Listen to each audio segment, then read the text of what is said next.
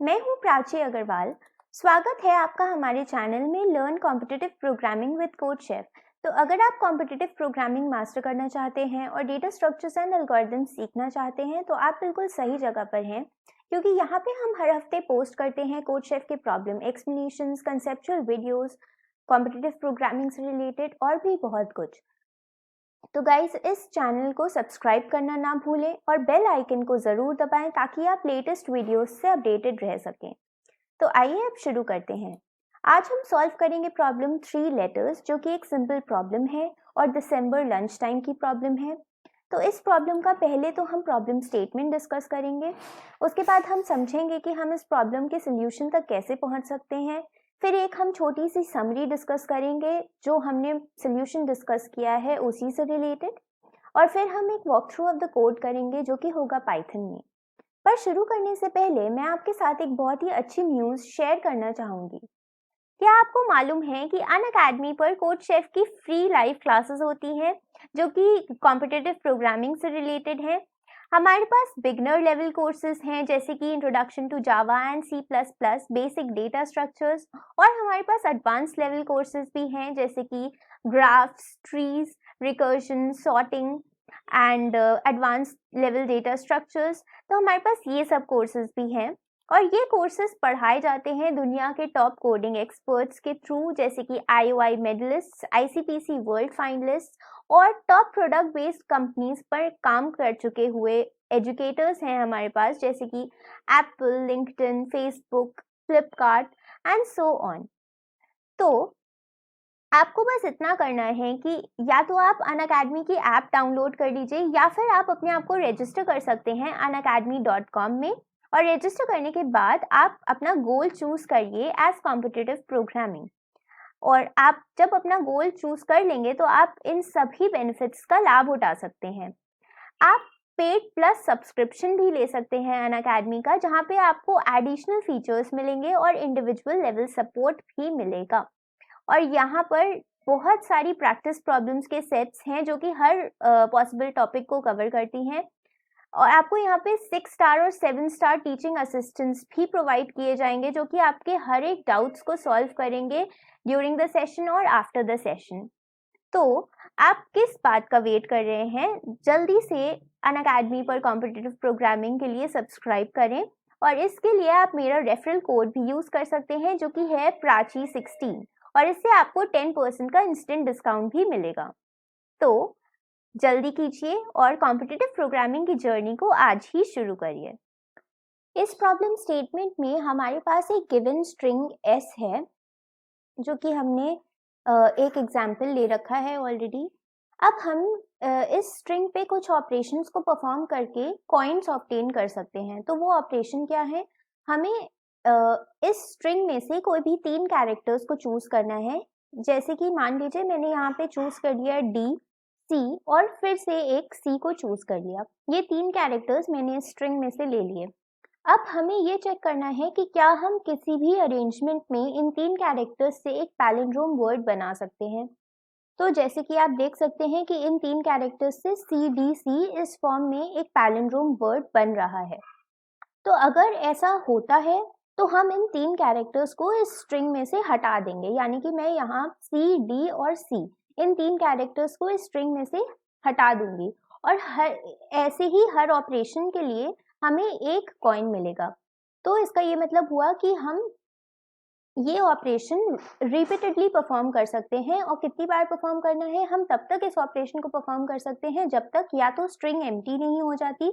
Empty क्यों होगी? क्योंकि हम हर एक ऑपरेशन में इन 3 कैरेक्टर्स को हटा देंगे, यानी कि हम हर बार स्ट्रिंग की लेंथ को कम करते जा रहे हैं। तो हमारी स्ट्रिंग की लेंथ हर बार कम होती जाएगी। तो ऐसा एक समय आएगा जब हमारे पास इस स्ट्रिंग में कोई भी कैरेक्टर नहीं बचेगा, तब हम वहाँ पे स्टॉप कर देंगे। या फिर दूसरी पॉसिबिलिटी है कि हम कोई भी कैरेक्टर चूज करें लेकिन हम कभी भी पैलिंड्रोम बना ही ना पाए। अगर ऐसा भी होता है तो भी हमें स्टॉप करना पड़ेगा, तो उस केस में क्योंकि हम और कॉइन्स ऑब्टेन नहीं कर पाएंगे। तो हमें फाइनली इस स्ट्रिंग में क्या फाइंड आउट करना है कि ऐसे मैक्सिमम कितने नंबर ऑफ कॉइन्स हम इस स्ट्रिंग पे ये सब ऑपरेशंस परफॉर्म करके ऑब्टेन कर सकते हैं।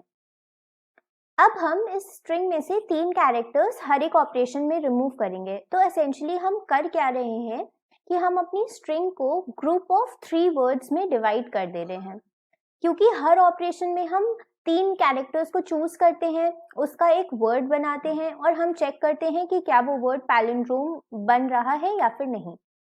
तो अगर हम पैलिंड्रोम वाली कंडीशन को एक बार के लिए साइड में रख दें, तो हम इस स्ट्रिंग में क्या कर रहे हैं कि हमें ये फाइंड आउट करना है कि मैक्सिमम कितने 3 लेटर वर्ड्स इस स्ट्रिंग में से बन सकते हैं।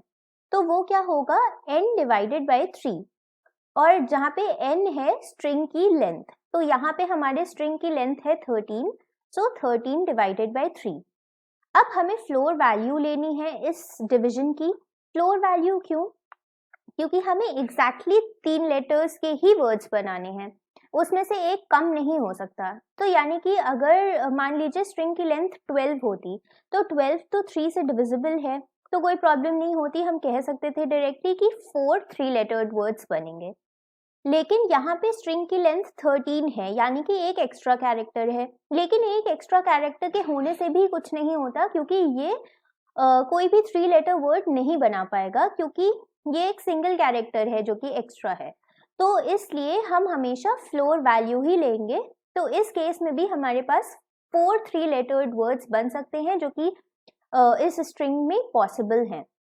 अब हमने ये कंडीशन एस्टैब्लिश कर ली, तो हम ये कह सकते हैं कि अगर ये चारों 3 लेटर्ड वर्ड्स जो स्ट्रिंग में से बनेंगे, अगर वो चारों वर्ड्स पैलिंड्रोम बन सकते हैं, तो हम ये कह सकते हैं कि हमारे पास मैक्सिमम ऑब्टेनेबल कॉइन्स जो होंगे वो हमेशा इससे ज़्यादा कभी भी एक्सीड नहीं कर सकते, क्योंकि हम इससे ज़्यादा 3 लेटर वर्ड्स स्ट्रिंग में बना ही नहीं सकते।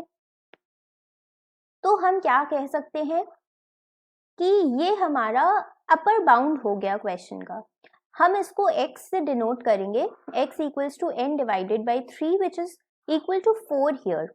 और n डिवाइडेड बाई 3 क्या डिनोट कर रहा है कि हम मैक्सिमम कितने 3 लेटर्ड वर्ड्स स्ट्रिंग में बना सकते हैं। तो हमारा आंसर 4 उस केस में होगा जब ये चारों ही वर्ड्स जो हैं वो 3 लेटर्स के वो पैलिंड्रोम हों। लेकिन हो सकता है ऐसा ना हो सकता है कि चारों वर्ड्स किसी भी स्ट्रिंग में पैलिंड्रोम फॉर्म ही ना हो पाए। तो उस केस में हम क्या करेंगे?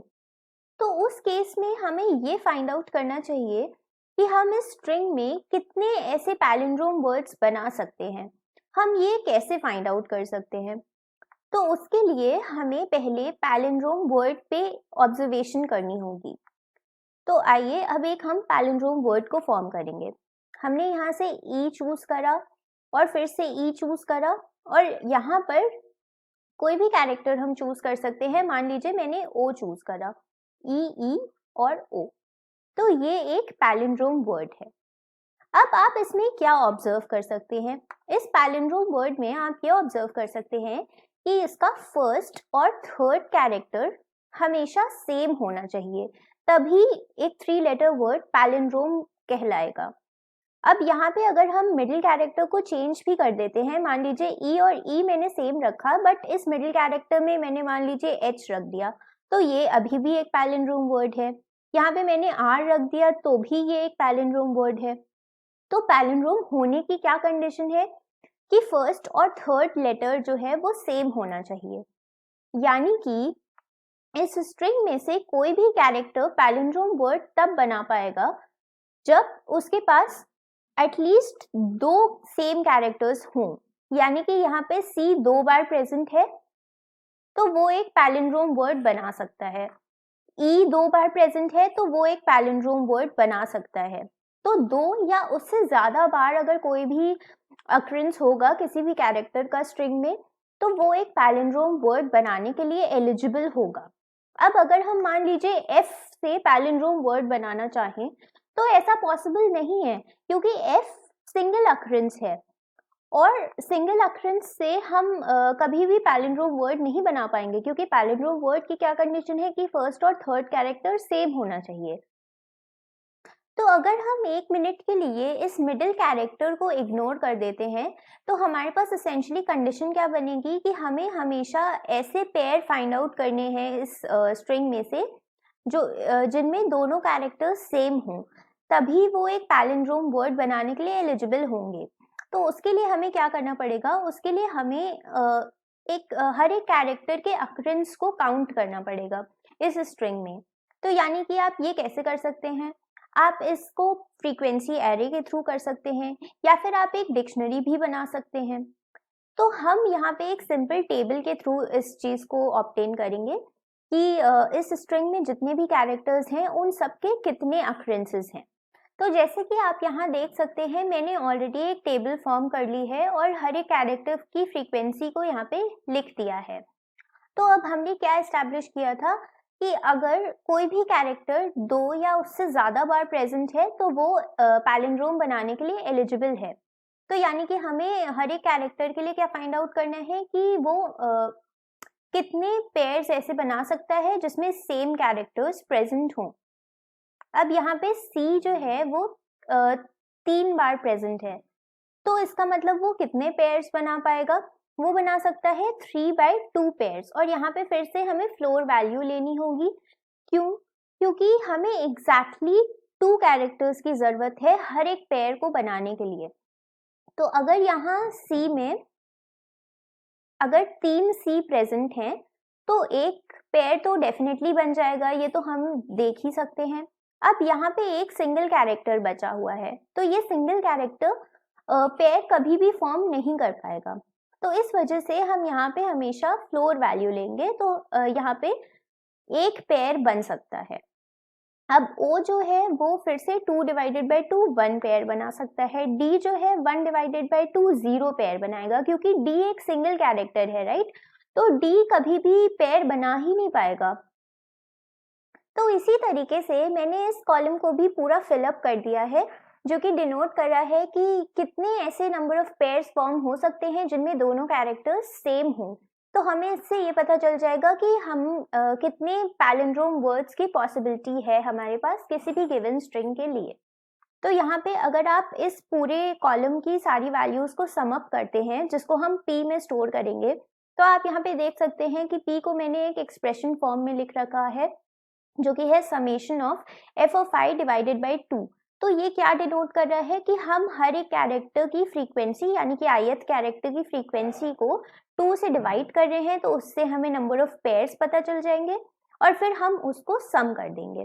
तो हमें ये पता चल जाएगा कि कितने पॉसिबल नंबर ऑफ पैलिंड्रोम्स हम बना सकते हैं इस स्ट्रिंग से, इग्नोरिंग द मिडिल कैरेक्टर। तो ये कंडीशन याद रखना बहुत इंपॉर्टेंट है कि हमने इस टाइम मिडिल वाले कैरेक्टर को इग्नोर कर रखा है।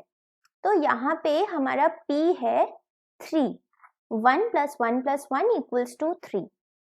तो यानी कि इस स्ट्रिंग में हम 3 पॉसिबल पैलिंड्रोम वर्ड्स बना सकते हैं इस कैलकुलेशन के हिसाब से।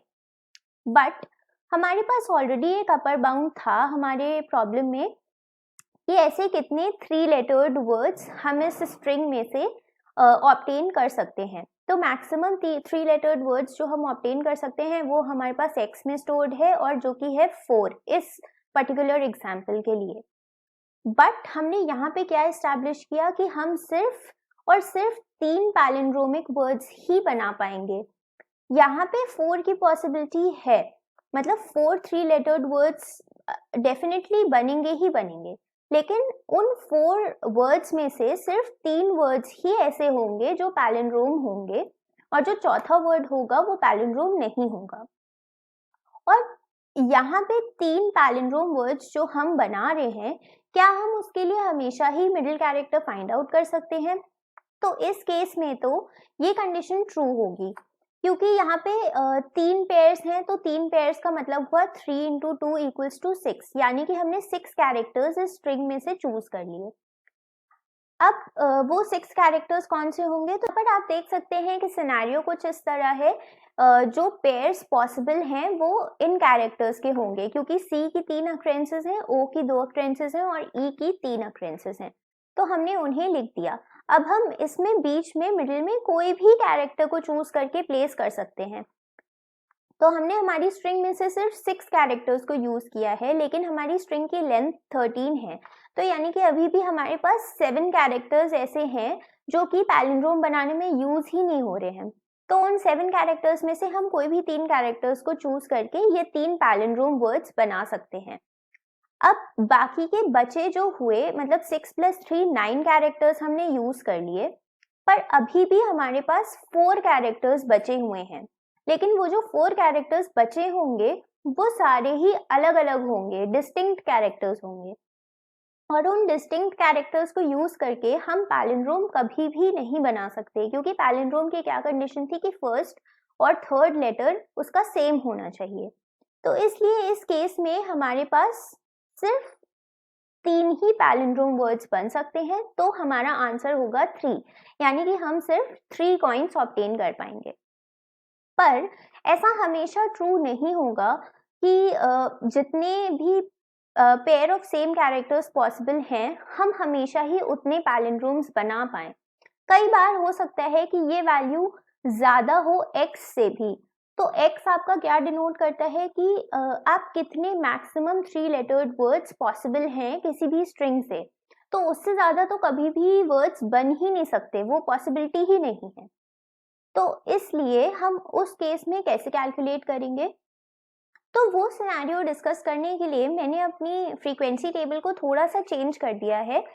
तो आप यहाँ पे देख सकते हैं कि जो टोटल नंबर ऑफ कैरेक्टर्स हैं वो अभी भी 13 है, यानी कि हमारी स्ट्रिंग की लेंथ अभी भी 13 ही है, वो चेंज नहीं हुई है। तो यानी कि मैक्सिमम कितने 3 लेटर्ड वर्ड्स पॉसिबल हैं, अभी भी 4 ही पॉसिबल हैं। पर अब इस बार यहाँ पे number of pair of same characters change हो गए हैं। अब आप देख सकते हैं कि 3 की जगह यहाँ पे 5 पेयर्स पॉसिबल हैं, यानी कि ये यहाँ पे ये एस्टैब्लिश हो रहा है कि हम 5 पैलिंड्रोम वर्ड्स बना सकते हैं इस स्ट्रिंग में से। लेकिन हमें ऑलरेडी पता है कि हमारा अपर बाउंड जो है वो 4 है, यानी कि 4 से ज्यादा 3 लेटर्ड वर्ड्स कभी बन ही नहीं सकते, वो पैलिंड्रोम हो चाहे ना हो। लेकिन हम 4 से ज्यादा कभी भी पैलिंड्रोम वर्ड्स नहीं बना पाएंगे, तो हमें 4 से ज्यादा कॉइन्स भी कभी नहीं मिल सकते। तो फिर यहाँ पे 5 कैसे आ रहा है, तो यहाँ पे 5 इसलिए आ रहा है क्योंकि हम मिडिल कैरेक्टर को हमेशा इग्नोर कर दे रहे हैं। हमने क्या किया था कि हम यहाँ पे पेयर का काउंट कर रहे हैं कि ऐसे कौन से कैरेक्टर्स हैं जो कि एलिजिबल हैं पैलिंड्रोम बनाने के लिए, लेकिन अभी हमने यहाँ पे मिडिल कैरेक्टर तो लिया ही नहीं है। तो इसलिए हम ये कह सकते हैं कि अगर हमारी p की वैल्यू ग्रेटर देन x है, तो इसका ये मतलब हुआ कि अगर कोई स्ट्रिंग p पैलिंड्रोम वर्ड्स बनाने के लिए एलिजिबल है, तो वो डेफिनेटली x पैलिंड्रोम वर्ड्स बनाने के लिए तो एलिजिबल होगी ही, क्योंकि इस केस में x लेस देन p है। तो यानी कि p है यहाँ पे 5 और x है 4। तो अगर कोई स्ट्रिंग आपकी 5 पैलिंड्रोम वर्ड्स बनाने के लिए एलिजिबल होती है, तो वो 4 के लिए तो डेफिनेटली एलिजिबल होगी, और यहाँ पे तो हम मिडिल कैरेक्टर को लेकर बात कर रहे हैं। तो इसका क्या मतलब हुआ कि हमारा आंसर होगा यहाँ पे 4। पिछले केस में हमने क्या किया था कि हमने p को अपना आंसर लिया था, क्योंकि p लेस देन x था। अगर p लेस देन x है, तो इसका ये मतलब हुआ कि हम जितने मैक्सिमम 3 लेटर्ड वर्ड्स पॉसिबल हैं उससे कम पैलिंड्रोम्स बना पा रहे हैं। तो उस केस में हमें p को इम्पोर्टेंस देनी पड़ी थी। तो अगर p लेस देन x होगा तो हमारा आंसर होगा p। लेकिन अगर p ग्रेटर देन x है, तो इसका मतलब हम ज्यादा पैलिंड्रोम वर्ड्स बना सकते हैं। लेकिन हमारा अपर बाउंड क्या है, हमारा अपर बाउंड है x, कि हम इससे ज्यादा 3 लेटर्ड वर्ड्स कभी भी बना ही नहीं सकते। तो इस केस में हमारा आंसर होगा x। तो यही दो पॉसिबिलिटीज हैं। तो यानी कि हमारा फाइनल आंसर हम क्या कह सकते हैं कि x और p में से जो भी मिनिमम होगा वो होगा हमारा फाइनल आंसर। अब जब हमने पूरी प्रॉब्लम को डिस्कस कर लिया है, तो हम एक समरी भी डिस्कस करेंगे ताकि आप स्टेप्स को रिआइट्रेट कर सके कि हम सोल्यूशन तक कैसे पहुंचे थे। तो पहले स्टेप में हमने क्या किया था कि हम लोग कैलकुलेट कर रहे थे कि कितने मैक्सिमम 3 लेटर्ड वर्ड्स पॉसिबल हैं किसी भी गिवन स्ट्रिंग के लिए। तो वो हम कैसे कैलकुलेट करेंगे, length of any string divided by 3। फिर उसके बाद हमने क्या किया था कि हमें काउंट करना था कि हर एक कैरेक्टर कितनी बार स्ट्रिंग में अकर हो रहा है। तो उसके लिए हम कोई भी चीज़ यूज़ कर सकते हैं, या तो फ्रीक्वेंसी एरे या फिर मैप्स या डिक्शनरीज, तो जैसा भी आप चाहें उसको वैसे ऑब्टेन कर सकते हैं। उसके बाद हमें काउंट करना था ऐसे नंबर ऑफ पेयर्स जिसमें सेम कैरेक्टर्स हों। तो उससे हमें ये पता चल जाएगा कि कितने पैलिंड्रोम्स की पॉसिबिलिटी है किसी भी गिवन स्ट्रिंग के लिए। और ये वाला स्टेप करने के लिए हमारे लिए सेकंड स्टेप बहुत इंपॉर्टेंट है, क्योंकि अगर हमारे पास नंबर ऑफ अकरेंसेस ही नहीं होंगे तो हम नंबर ऑफ पेयर्स कैसे फाइंड आउट करेंगे। फिर लास्ट स्टेप हमारा था आंसर, जो कि होगा मिनिमम ऑफ x, p।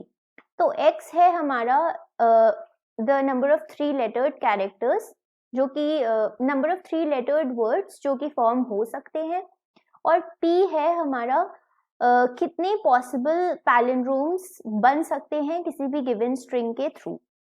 उनमें से जो भी मिनिमम होगा वो हमारा आंसर होगा। और ये हमने कैसे एस्टैब्लिश किया, ये हम प्रॉब्लम में पहले ही डिस्कस कर चुके हैं, पर यहाँ पे मैं शॉर्ट में आपको बताना चाहूँ कि अगर आपका p लेस देन x है तो इसका क्या मतलब हुआ कि आप जितने पैलिंड्रोम्स की पॉसिबिलिटी है वो maximum number of 3 lettered words से ही कम है। तो अगर वो कम होगी तो डेफिनेटली आप कभी भी ज़्यादा 3 लेटर्ड वर्ड्स जो कि पैलिंड्रोम हो बना ही नहीं पाएंगे। आप उतनी ही तो पैलिंड्रोम वर्ड्स बना सकते हैं जितनी पॉसिबिलिटी होगी किसी भी स्ट्रिंग के लिए। तो डेफिनेटली आपका आंसर होगा p। लेकिन अगर p ग्रेटर देन x है, यानी कि अब इस केस में हम ज़्यादा पैलिंड्रोम वर्ड्स बना सकते हैं जितनी हमारी अपर बाउंड है उससे भी ज़्यादा। तो इस केस में इसलिए हमारा आंसर होगा x, क्योंकि अगर हम ज़्यादा पैलिंड्रोम वर्ड्स बना सकते हैं, पॉसिबिलिटी है बनाने की, तो जितने हमें रिक्वायर्ड ज़रूरत है या फिर जो हमारा अपर बाउंड है उतने तो हम डेफिनेटली बना ही पाएंगे। तो इसलिए हमारा आंसर होगा x इस केस में। तो अब आइए हम कोड डिस्कस करेंगे। तो गाइस अब हम कोड डिस्कस करेंगे जो कि है पाइथन में। हमने पहली लाइन में इनपुट लिया है नंबर ऑफ टेस्ट केसेस के लिए। उसके बाद हमने हर एक टेस्ट केस के लिए इनपुट लिया है स्ट्रिंग का, जिस पे हम ऑपरेशंस परफॉर्म करेंगे। अब पहले स्टेप में हमें कैलकुलेट करना है कि कितने 3 लेटर्ड वर्ड्स पॉसिबल हैं फॉर्म करना किसी भी स्ट्रिंग पे। तो हम उसको x से डिनोट करेंगे, और हमने यहाँ पे length of the string divided by 3 करेंगे हम अगर, तो हमें पता चल जाएगा कि हम कितने number of 3 lettered words form कर सकते हैं। और हमने यहाँ पे फ्लोर डिवीजन यूज किया है क्योंकि हमें फ्लोर वैल्यू लेनी थी। अब हम एक डिक्शनरी फॉर्म करेंगे, तो आप दूसरी लैंग्वेजेस में मैप भी फॉर्म कर सकते हैं या फिर एक ट्रेडिशनल फ्रीक्वेंसी एरे का यूज कर सकते हैं, लेकिन हमने यहाँ पे डिक्शनरी यूज करी है। तो इस डिक्शनरी में अब हम एक पहले लूप रन करेंगे हर एक वैल्यू को स्ट्रिंग के आइट्रेट करने के लिए, और हम चेक करेंगे कि क्या इस डिक्शनरी में जो ith कैरेक्टर है वो ऑलरेडी एज अ की प्रेजेंट है।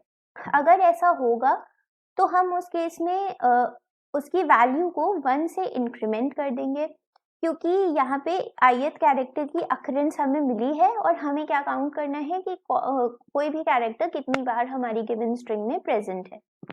और अगर फर्स्ट अकरेंस होगी कैरेक्टर की, यानी कि वो अभी इस डिक्शनरी में एज अ की प्रेजेंट नहीं है, तो उस केस में हम क्या करेंगे कि हम उस की को इंसर्ट उस कैरेक्टर को इस डिक्शनरी में इंसर्ट कर देंगे और उसकी वैल्यू को 1 कर देंगे, यानी कि हमारे पास फर्स्ट अकरेंस आ गई अब उस कैरेक्टर की। उसके बाद p में हमने क्या स्टोर किया था कि number of pair of same characters possible. तो यानी कि इससे हमें पता चल जाएगा कि कितने ऐसे कैरेक्टर्स हैं जो कि हमारा पैलिंड्रोम बना सकते हैं, जो कि एलिजिबल हैं पैलिंड्रोम बनाने के लिए। उसके लिए हम क्या करेंगे, उसके लिए हमें आइट्रेट करना होगा f की वैल्यूज में, क्योंकि इस जो डिक्शनरी है हमारी f, उसकी वैल्यूज में क्या स्टोर्ड है, हर एक कैरेक्टर की अकरेंस स्टोर्ड है। तो हमें f डॉट वैल्यूज से वो सारी वैल्यूज मिल जाएंगी। उसके बाद हमें क्या करना है, i डिवाइडेड बाई 2। तो हर एक वैल्यू को जब हम i डिवाइडेड बाई 2 करेंगे तो i में हमारी हर एक वैल्यू हर बार आइट्रेट होके स्टोर होगी। तो जब हम उसको डिवाइडेड बाय 2 करेंगे तो हमें मिल जाएगा कि कितने नंबर ऑफ पेयर्स पॉसिबल हैं जिनमें दोनों कैरेक्टर्स सेम होंगे, और उसको हम p में स्टोर करते जाएंगे ताकि हमें टोटल ऐसे पेयर्स मिल जाएं। और फिर इसके बाद हमारा आंसर सिंपली होगा मिनिमम ऑफ x, p। तो ये हम ऑलरेडी डिस्कस कर चुके हैं। उसके बाद हम बस अपना आंसर प्रिंट कर देंगे। तो गाइस, ये था हमारा कोड। अब आप इस प्रॉब्लम को खुद से ज़रूर ट्राई करें। अगर आपका कोई भी डाउट है तो आप उसे कमेंट सेक्शन में ज़रूर पोस्ट करें, और हमारा चैनल को सब्सक्राइब करना बिल्कुल ना भूलें।